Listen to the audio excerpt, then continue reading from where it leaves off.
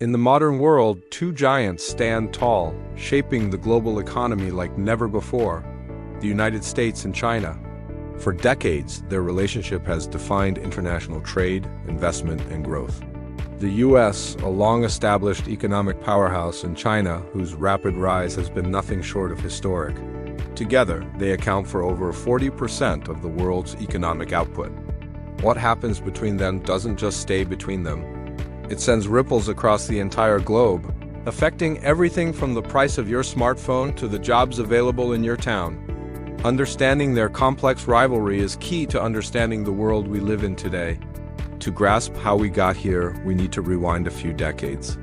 The story begins with the rise of globalization and the creation of intricate global supply chains. In the late 20th century, American and other Western companies saw a massive opportunity. By moving their manufacturing operations to China, they could tap into a vast labor market and significantly reduce production costs. This strategy was a win-win for a while. Consumers in the West enjoyed a flood of affordable goods, from clothing to electronics, and corporate profits soared. Meanwhile, this influx of foreign investment fueled China's economic miracle, lifting hundreds of millions out of poverty and transforming it into the world's factory. This process created a deep economic interdependence. The two economies became intertwined, with American design and capital fueling Chinese manufacturing, which in turn supplied American consumers. It was a symbiotic relationship that powered global growth for years. But this codependence also sowed the seeds for future conflict, as the balance of power began to shift. The first major cracks in this relationship appeared in the form of trade disputes. The language of this conflict is filled with terms like tariffs and trade wars, but what do they actually mean? A tariff is essentially a tax that a country imposes on imported goods. For example, if the US places a 25% tariff on Chinese-made furniture, an importer who buys a chair for $100 now has to pay an extra $25 to the government. The idea is to make imported goods more expensive, encouraging consumers and businesses to buy domestically produced alternatives instead. But the effects are far from simple. For businesses that rely on imported parts or materials, tariffs mean higher costs. They can either absorb these costs, cutting into their profits, or pass them on to consumers through higher prices. This is how trade tensions can lead to inflation. For farmers, it's a different kind of pain. When China retaliates with its own tariffs on American agricultural products like soybeans, a massive market suddenly shrinks, causing prices to plummet and threatening livelihoods. For the average person, the result is often higher prices on store shelves and a general sense of economic uncertainty, demonstrating how interconnected our global economy truly is. But this rivalry is about much more than just trade imbalances and tariffs. It has evolved into a comprehensive competition over the future of manufacturing, technology, and economic security. For years, the model was simple. The US innovated and China manufactured. But that's no longer the case. China is aggressively moving up the value chain, investing heavily in advanced manufacturing, robotics, and high-tech industries through ambitious national plans. The goal is to transition from being the world's factory to becoming a world leader in innovation. This shift represents a direct challenge to America's long-held dominance in cutting-edge sectors. From Washington's perspective, this isn't just about economic competition. It's about national security. The concern is that reliance on another nation for critical goods, whether it's medical supplies or advanced electronics, creates a vulnerability. As a result, there's a growing push in the US and other Western countries to reshore or friendshore manufacturing, bringing production back home or moving it to allied nations to build more resilient and secure supply chains.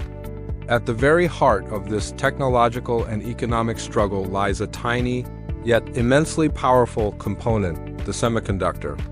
These little chips are the brains behind virtually every piece of modern technology. They power our smartphones, our cars, our data centers, and our most advanced military equipment. Without them, the modern world would grind to a halt. For this reason, leadership in the semiconductor industry is seen as a proxy for global power.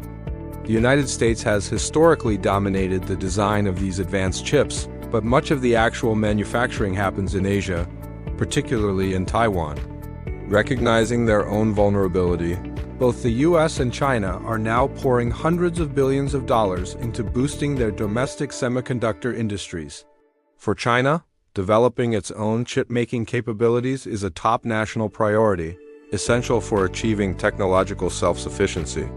For the US, ensuring a secure supply and maintaining its technological edge is a matter of both economic prosperity and national defense. The battle for semiconductor supremacy is arguably the most critical front in this entire economic rivalry, with the winner likely to set the technological standards for decades to come. This great power competition isn't just confined to factories and laboratories. It's playing out on the global stage. Both the United States and China are vying for influence, using their economic might to forge alliances and build partnerships around the world. China's flagship Belt and Road Initiative is a prime example. This massive global infrastructure project aims to build ports, railways, and highways across Asia, Africa, and Europe, physically and economically connecting nations to Beijing. It's a vision of a new, China-centric global trade network. The United States and its allies are responding with their own initiatives, offering developing nations an alternative for infrastructure investment and partnership. They emphasize values like transparency, high environmental and labor standards, and sustainable financing. This isn't just about building roads or power plants. It's a competition of models and values. It's a race to determine who will write the rules of the 21st century global economy. From trade agreements in the Indo-Pacific to development projects in Africa, the US and China are engaged in a global chess match, where every partnership and every investment is a strategic move to shape the future world order in their favor.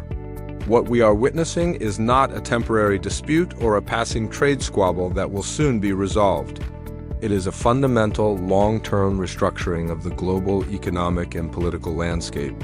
The era of hyper-globalization and deep interdependence between the US and China has given way to an age of strategic competition. This rivalry is redrawing supply chains, accelerating technological innovation, and forcing countries all over the world to navigate a new reality. They are increasingly asked to choose sides, balancing their economic ties with geopolitical alignments. The outcome of this contest will define the international system for generations. It will determine the technologies we use, the rules that govern trade, and the balance of power in the world. This is not just a story about two countries. It's a story about the future of our interconnected world. This was World Explained.